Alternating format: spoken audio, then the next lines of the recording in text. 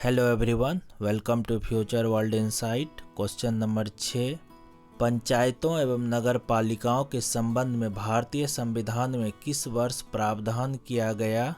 1991, 1995, 2000? बिल्कुल नहीं। 1993? बिल्कुल सही। पंचायतों के लिए 73वां और नगर पालिकाओं के लिए 74वां संविधान संशोधन अधिनियम 1992 पारित किया गया था।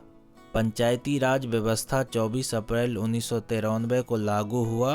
नगर पालिका का प्रावधान 1 जून 1993 से प्रभावी हुआ।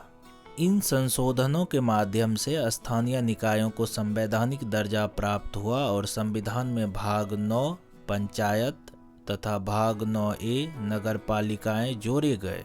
क्वेश्चन नंबर 7, 73वें संविधान संशोधन कानून की वैधानिक शुरुआत किस संविधान संशोधन बिल से हुई?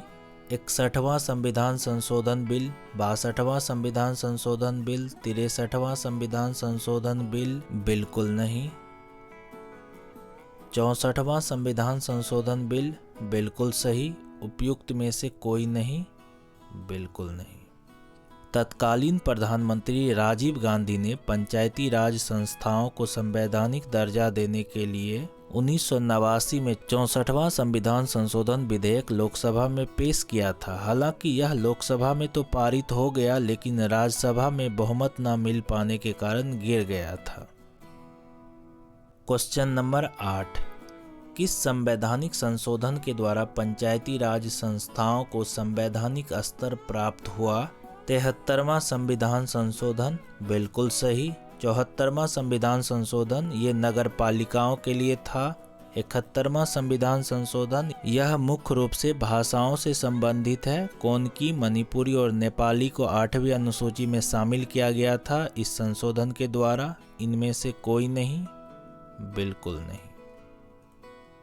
क्वेश्चन नंबर 9, भारत के संविधान में पंचायतों तथा नगर पालिकाओं से संबद्ध 73वें और 74वें संवैधानिक संशोधन जब हुए, उस समय भारत के प्रधानमंत्री कौन थे?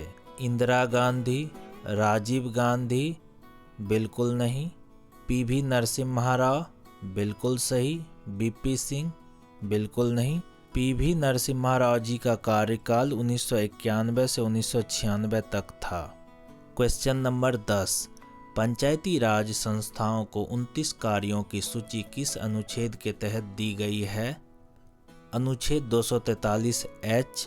इसमें पंचायतों द्वारा कर यानी टैक्स लगाने की शक्ति और उनकी निधियों से संबंधित है। अनुच्छेद 243E इसमें पंचायतों की अवधि से संबंधित है यानी 5 वर्ष। अनुच्छेद 243F इसमें सदस्यता के लिए अयोग्यताओं यानी डिस्क्वालिफिकेशन से संबंधित है। अनुच्छेद 243G?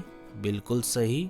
यह अनुच्छेद पंचायतों की शक्तियों, अधिकार और उत्तरदायित्वों से संबंधित है। यह राज्य विधानमंडलों को पंचायतों को ऐसी शक्तियां देने का अधिकार देता है जिससे वे स्वशासन की संस्थाओं के रूप में कार्य कर सके। अनुच्छेद 243G के तहत ही संविधान में 11वीं अनुसूची जोड़ी गई, जिसमें कुल 29 विषय जैसे कृषि, ग्रामीण आवास, पेयजल, सड़कें इत्यादि सूचीबद्ध है।